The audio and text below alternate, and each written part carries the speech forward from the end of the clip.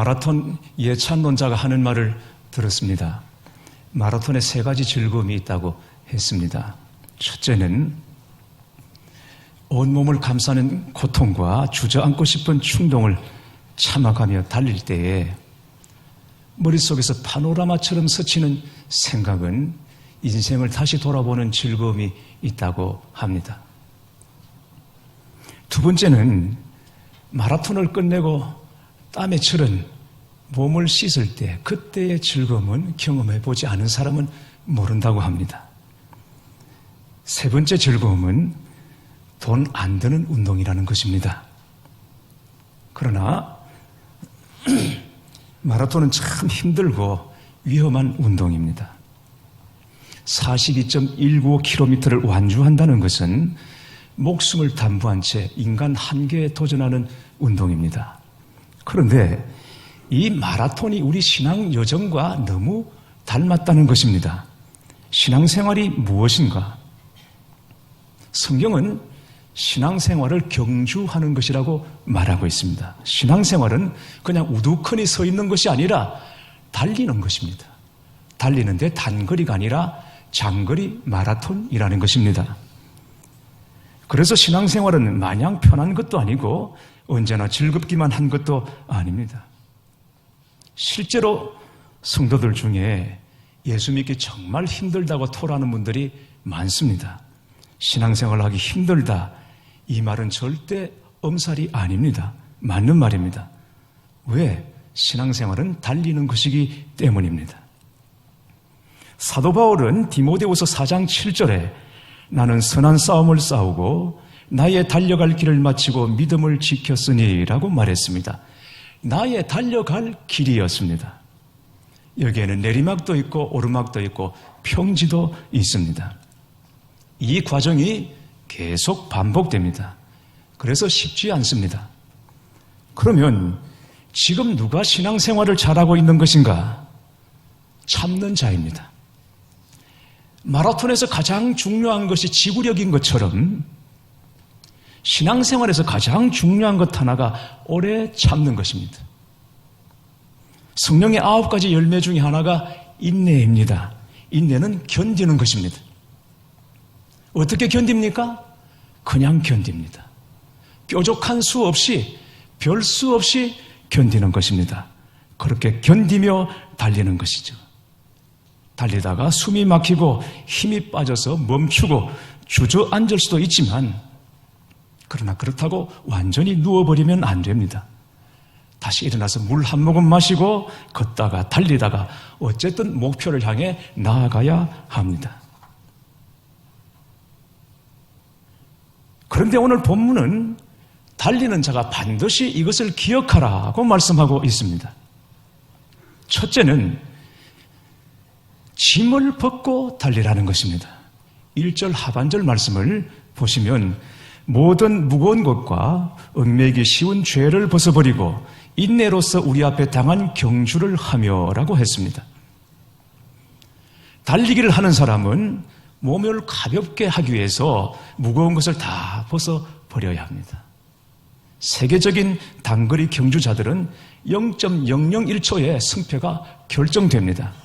그 촌각의 경쟁에서 이기기 위해서 1g이라도 몸무게를 줄여야 합니다. 무게를 줄여야 합니다.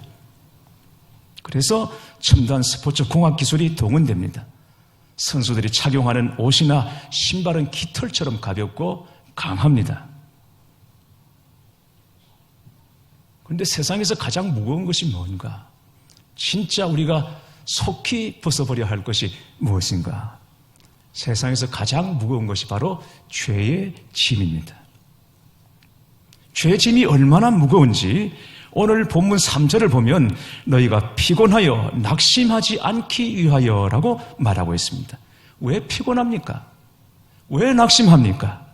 죄에 눌려있기 때문이죠. 일이 너무 많아서 과로해서 무리해서 피곤한 것만은 아닙니다. 백수도 과로로 쓰러집니다. 사람이 피곤한 인생을 사는 이유는 죄의 짐에 눌려있기 때문입니다. 잠을 많이 자고 이따금 휴가를 즐긴다고 해서 피곤이 다 풀어지지는 않습니다.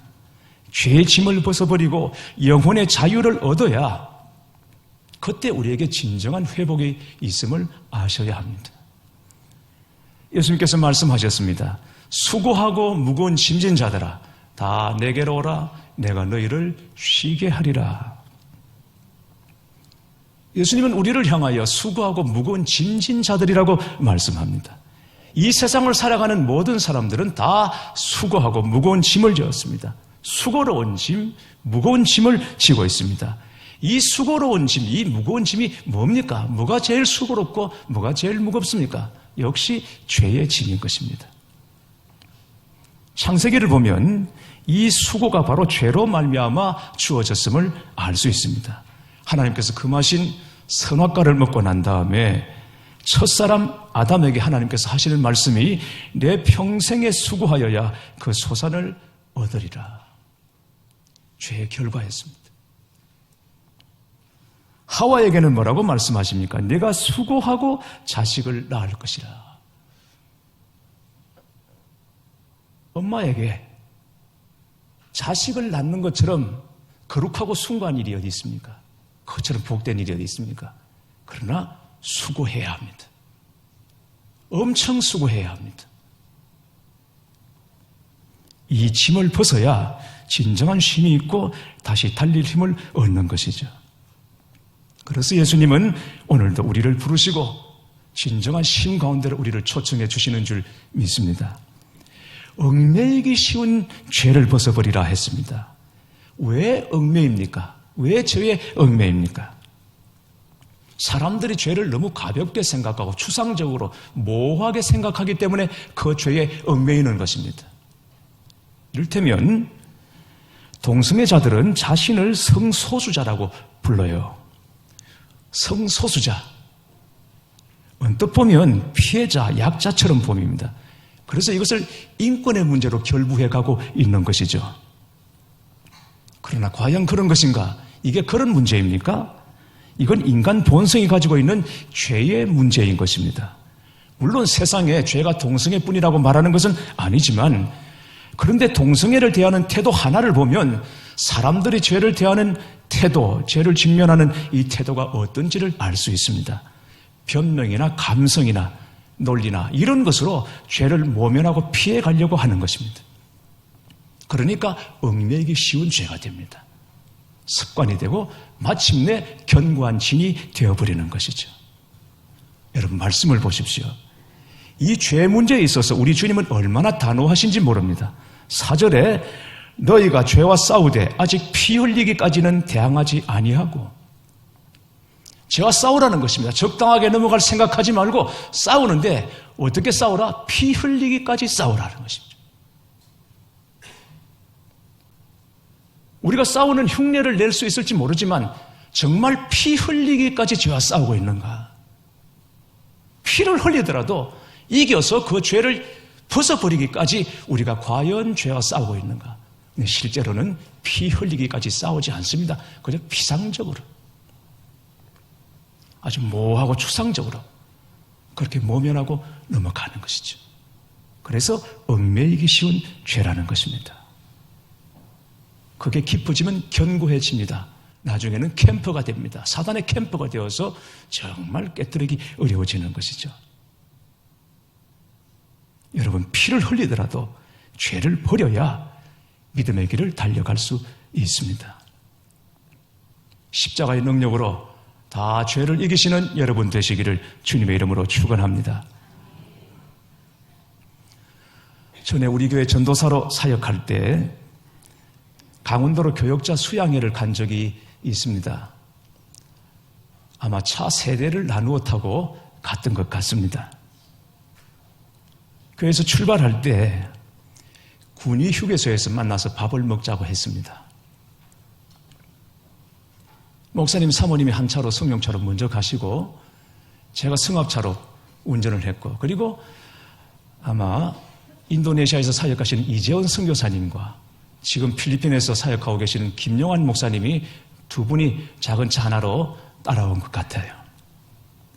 그래서 군위 휴게소에서 밥 먹자. 담임 목사님과 제가 먼저 도착해서 기다리는데 뒤에 두 사람이 안 옵니다. 밥때가 벌써 지나가고 있는데도 오지를 않아서 전화를 했더니 곧 도착한다는 것입니다. 곧 도착한다고 그랬는데 곧 도착이 안 됐습니다. 사람이 배가 고프면 신경이 날카로워지죠. 그래서 다시 전화를 했습니다. 목사님이 표정이 안 좋다 지금. 속도를 좀 내라, 빨리 오라. 그랬더니 이제 곧 들어간다. 근데 곧 온다는 사람이 도착을 안 했습니다. 근데 조금 있다가 전화를 해왔는데 왜 없냐 이런 거죠. 휴게소에 왔는데 왜 아무도 없냐 이거죠. 지금 무슨 소리냐. 지금 우리가 여기서 지금 말을 안 해서 그런지 지금 아주 날카롭게 지금 부글부글 끓고 있는데 그게 무슨 말이냐. 늦게 와서 잘 찾아보라. 아무리 찾아봐도 없다는 거죠. 알고 보니까 군이 휴게소에서 만나자고 그랬는데 구미 휴게소에서 만나자는 줄 알고. 이게 방향이 달라지면 군이 휴게소는 안동 못 미쳐서 군위입니다. 근데 구미는 대구를 지나서 경부고속도로를 올라가야 되는. 이게 딴 방향으로 간 겁니다. 딴 방향. 그때는 내비게이션이 없어서 길을 표지판이나 물어서 찾아와야 되는데 빨리 지금 분위기 엉망이다. 빨리 고속도로 벗어나서 찾아오라. 그랬더니 당황을 해가지고 국도 지방도 들어가가지고 방향이 완전히 틀어져 버린 것입니다. 강원도 도착했을 때는 밤이 완전히 깜깜해졌습니다. 그날 정말 꿀꿀한 분위기 속에서 첫날 수양회는 완전히 망쳐버렸습니다. 방향이 잘못되면 빠를수록 점점 멀어지는 것입니다. 그냥 달리기만 하는 것이 능사가 아닙니다. 중요한 것은 제대로 된 방향과 목표인 것입니다. 흔히 말하죠. 열심보다 방향이 먼저라고. 방향을 잃고 달리면 더 멀어지게 되는 것이죠. 우리가 달려갈 방향, 목표가 무엇입니까? 2절 말씀을 보시겠습니다. 믿음의 주여 또 온전하게 하시는 이인 예수를 바라보자. 우리의 방향이 예수님이십니다. 우리가 달려갈 목표가 바로 예수님이십니다. 믿음의 주여 또 온전하게 하시는 예수를 바라보자. 여기 바라보다라는 말은 영어 성경에서 눈을 예수님께 고정시키다라고 표현하고 있습니다. 예수님을 응시하라는 것입니다. 다른 곳으로 눈길을 돌려서는 안 됩니다. 왜 예수님만 바라보고 가야 합니까? 예수님은 우리보다 먼저 경주하신 분이시기 때문입니다. 예수님은 십자가 난 것을 이탈하지 않고 완주하셔서 하나님 보좌 우편에 앉아 계시고 하나님께서는 그 예수님을 천하 모든 이름 위에 높으신 이름으로 세우신 것이죠. 우리가 예수님을 바라보고 달릴 때 우리도 진정한 승리자가 될 줄 믿습니다.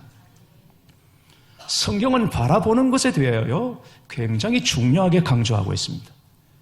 이스라엘 백성들이 애굽을 탈출해서 광야를 행진할 때 그냥 자기 마음대로 몰려간 것이 여러분 절대 아닙니다. 민수기 2장을 읽어보시면 정확하게 행진도가 있습니다. 하나님께서 정해주신 매뉴얼에 따라서 이스라엘 백성들이 광야를 지나갑니다.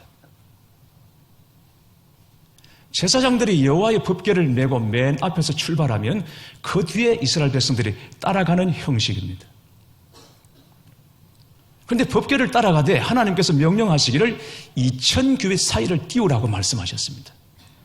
제사장들이 법궤를 메고 2000규빗 앞에서 가면 그 뒤에 2000규빗 뒤에서 이스라엘 백성들이 따라가라는 것이죠. 2000규빗이면 지금 도량형으로 900m 내지 1km 정도가 됩니다.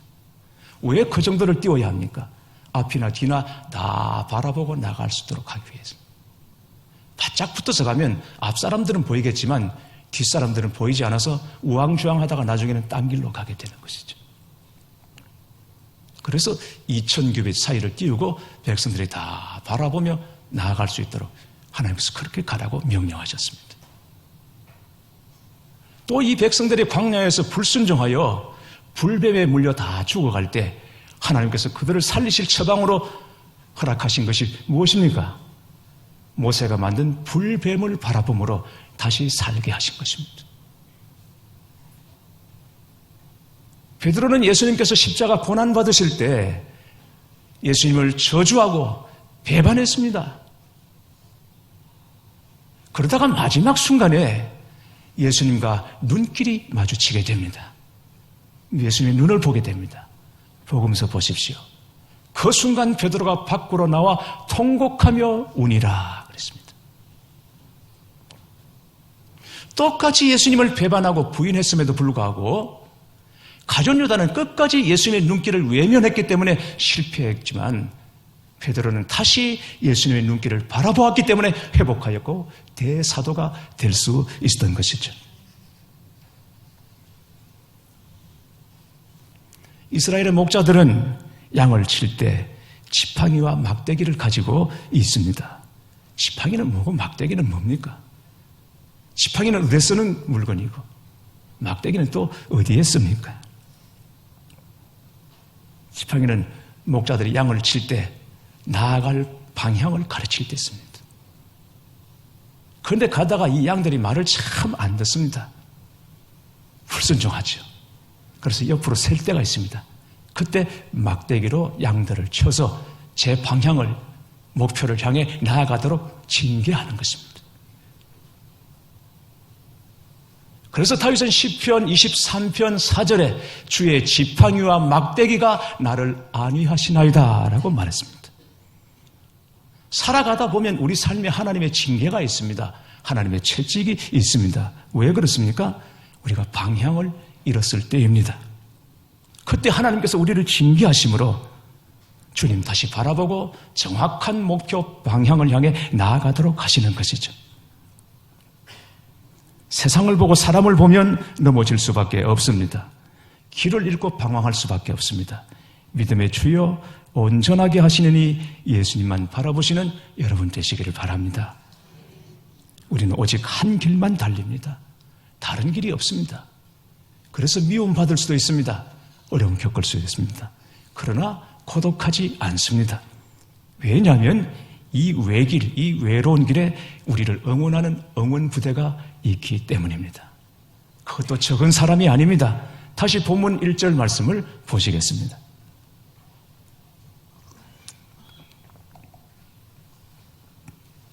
1절 말씀.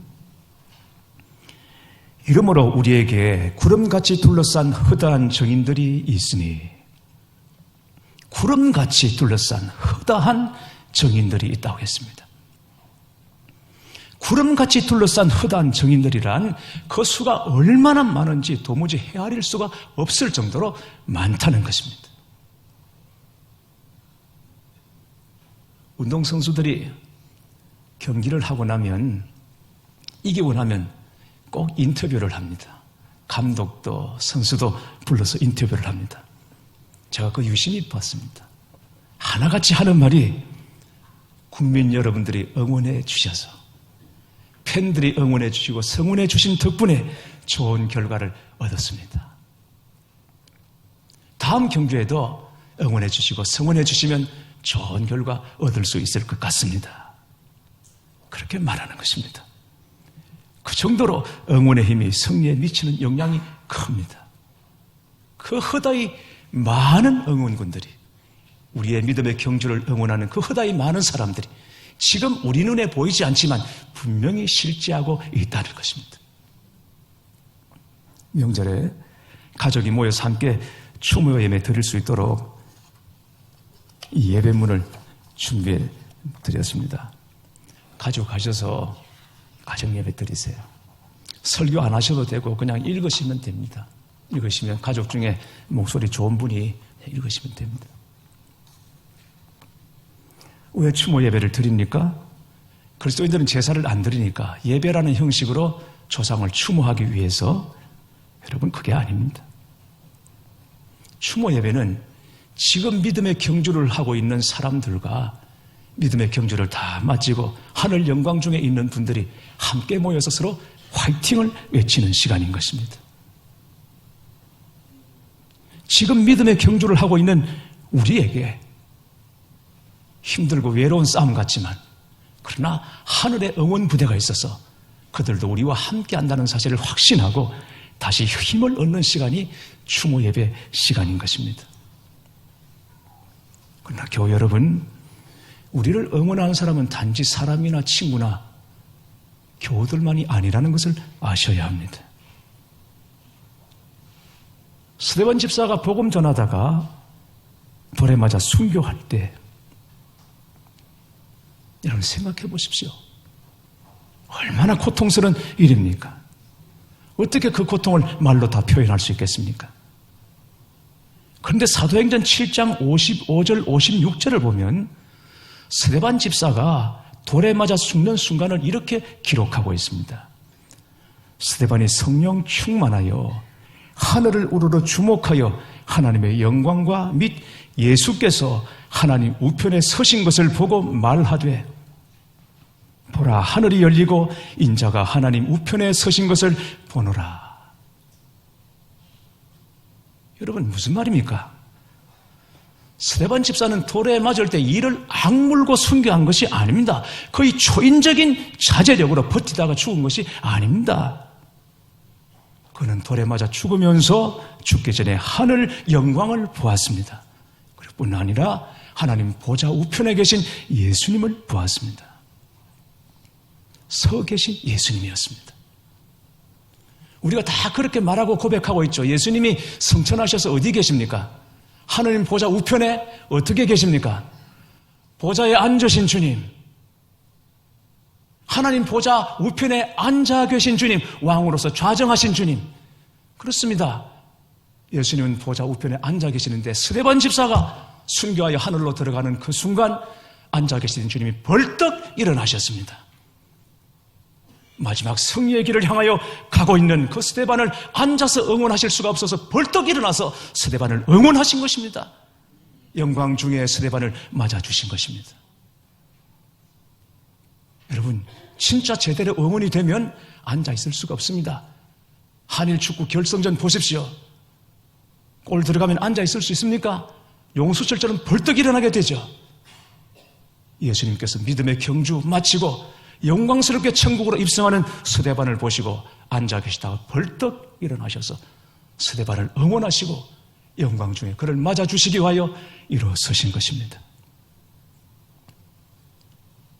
그래서 스데반은 참아가며 초인적으로 절제하다가 천국 들어간 것이 아니라 그 영광을 보고 돌에 맞으면서도 얼굴이 천사처럼 빛난 가운데 하나님 품에 안기게 된 것입니다. 스데반을 응원하신 주님이 지금 우리와 함께 하십니다. 십자가 난코서 완전히 완주하신 다음에 영광 중에 들어가셔서 우리의 경주를 응원하고 계십니다. 주님은 단지 결승점에서 우리를 기다리고 계신 것만이 아닙니다. 그냥 우리를 지켜보실 수가 없어서 믿음의 경주 감당하고 있는 우리를 지켜보실 수가 없어서 벌떡 일어나 우리 가운데 뛰어내려 오셨습니다. 그분이 누구이십니까? 성령님이십니다. 성령으로 우리와 함께 하셔서 우리를 도우시고 응원하시는 줄 믿습니다. 때로는 말할 수 없는 탄식으로 우리를 위해서 중보하시며 우리를 도우시는 분이 우리 주 예수 그리스도 그분의 영 성령님이신 것입니다. 그래서 외길을 달려도 고독하지 않습니다. 주님이 나와 함께 하시기 때문입니다. 믿음의 주여 온전하게 하시는 이 예수님을 바라보고 오직 한 길밖에 없는 이 믿음의 경주에서 날마다 이기시고 끝까지 승리하시는 여러분 되시기를 주님의 이름으로 축원합니다.